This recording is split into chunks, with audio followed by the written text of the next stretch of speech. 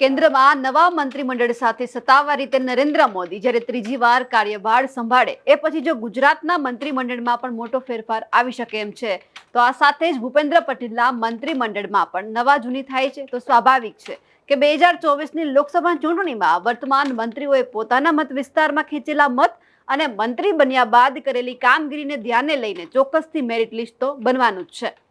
હાલમાં ગુજરાતમાં ભૂપેન્દ્ર પટેલ સહિત 17 મંત્રીઓ છે. આ મંત્રીઓમાંથી કોણ પોતાના મત વિસ્તારમાં 5 લાખના ટાર્ગેટ પ્રમાણે ફાળે આવતી 70,000ની લીડ લાવવામાં સફળ રહ્યું છે? કોના વિસ્તારમાં ભાજપને 2022માં મળેલા મત કરતા વધુ છે કે ઓછા મત 2024માં મળ્યા છે? જો ગુજરાતમાં નવા જૂની થાય તો આ બધું ધ્યાનમાં તો રખાશે જ. નમસ્કાર, આપ જોઈ રહ્યા છો નિર્ભય ન્યૂઝ અને હું છું આપની સાથે રિદ્ધિ. ગુજરાતમાં બળવંતસિંહ રાજપૂત ભૂપેન્દ્ર પટેલ સરકારમાં હાલમાં ઉદ્યોગ મંત્રી છે, એટલે ખૂબ મહત્વનું ખાતું તેમને મળ્યું છે. બળવંતસિંહ રાજપૂતની વિધાનસભા બેઠક પાટણ લોકસભામાં આવે છે. ત્યાં અંતિમ તબક્કાની મતગણતરી સુધી ભાજપ કોંગ્રેસમાં ખેંચતાણ હતી. પાટણ લોકસભામાં સિદ્ધપુર બેઠક પર ભાજપને 71,138 મત મળ્યા છે, જ્યારે કોંગ્રેસને 95,747 મત મળ્યા છે. ટાર્ગેટ તો જંગી લીડ લાવવાનો હતો, પરંતુ ભાજપે આ વિસ્તારમાં 24,609 મતથી પછડાટ આપી છે, એટલે બળવંતસિંહ રાજપૂતનું મંત્રીપદ જોખમાઈ શકે છે. ભૂપેન્દ્ર પટેલની કેબિનેટમાં સૌથી મહત્વના વિભાગ એવું નાણાં, ઉર્જા અને પેટ્રોકેમિકલ્સ કનુભાઈ દેસાઈ પાસે છે. તેમનો મત વિસ્તાર પારડી છે, જ્યાંથી ભાજપના નેતા ધવલ પટેલ લોકસભા ચૂંટણીમાં ઉમેદવાર હતા. કનુ દેસાઈ પોતાના મત વિસ્તાર પારડીમાં ભાજપને 1,25,737 મત અપાવી શક્યા છે, જ્યારે કોંગ્રેસને પારડી વિસ્તારમાં 97,957 મત મળ્યા છે. આમ ભાજપને આ વિસ્તારમાંથી 70,000ના ટાર્ગેટ સામે 27,780 મતની લીડ મળી છે, એટલે કનુ દેસાઈનું મંત્રીપદ પણ જોખમાઈ શકે છે. આરોગ્ય વિભાગના કેબિનેટ મંત્રી ઋષિકેશ પટેલ પોતાના મત વિસ્તારમાં વિસનગરમાંથી ભાજપને 53,905 મતની લીડ અપાવી શક્યા છે. 2022ની વિધાનસભા ચૂંટણીમાં ઋષિકેશ પટેલ પોતે 34,405 મતની લીડથી જીત્યા હતા, એટલે આ વખતે ભાજપની લીડ તો વધી, પરંતુ 70,000નો ટાર્ગેટ ન પૂરો કરી શકી. અન્ન નાગરિક પુરવઠા વિભાગના કેબિનેટ મંત્રી કુંવરજી બાવળિયાના મત વિસ્તાર જસદણમાંથી ભાજપને 47,562 મતની લીડ મળી છે. આ વખતે ભાજપ સામે કોંગ્રેસ અને આમ આદમી પાર્ટી એક થઈને ચૂંટણી લડ્યા હતા. 2022માં આ વિસ્તારમાં આમ આદમી પાર્ટીએ પણ ઉમેદવાર ઉતાર્યા હતા. બાવળિયા પોતે 16,172 મતની લીડથી જીત્યા હતા.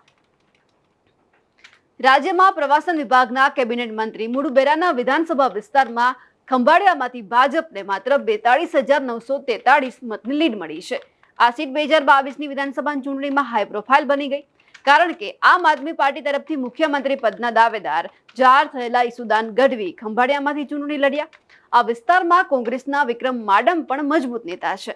2022માં ખંભાળિયામાંથી ભાજપને કુલ 77,834 મત અને 18,745 મતની લીડ મળી. આ વખતે 1 લાખ કરતા વધુ મત અને 42,943 મતની લીડ પણ મળી.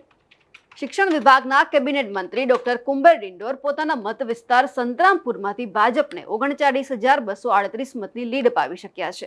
આ લીડ 70,000ના ટાર્ગેટ સામે ઘણી ઓછી છે. જોકે પોતે 2022માં 15,577ની લીડ પણ લાવ્યા હતા. રાજ્ય કક્ષાના અન્ન અને નાગરિક પુરવઠા મંત્રી ભીખુસિંહ પરમારના વિધાનસભા વિસ્તાર મોડાસામાં ભાજપનું પ્રદર્શન તેમની અપેક્ષા કરતા ઠીકઠાક રહ્યું છે. ભાજપને મોડાસામાં 44,669 મતની લીડ મળી છે. ભૂપેન્દ્ર પટેલના મંત્રીમંડળમાં રાજ્ય કક્ષાના આદિજાતિ વિકાસ, શ્રમ અને રોજગાર, ગ્રામ વિકાસ મંત્રી તરીકે કાર્યરત કુંવરજી અડપતિ પોતાના મત વિસ્તારમાં માંડવી ખાતેથી ભાજપને 47,562 મતની લીડ અપાવી શક્યા. 2022માં પોતાને મળેલી લીડ કરતા આ આંકડો 2.5 ગણો વધારે છે. રાજ્ય કક્ષાના મંત્રી તરીકે સ્વતંત્ર હવાલો ધરાવતા જગદીશ પંચાલ અમદાવાદના નિકોલ વિધાનસભા મત વિસ્તારના ધારાસભ્ય છે. નિકોલમાં ભાજપને 54,706 મતની લીડ મળી છે. આ પરિણામ લગભગ વિધાનસભા જેટલું જ છે.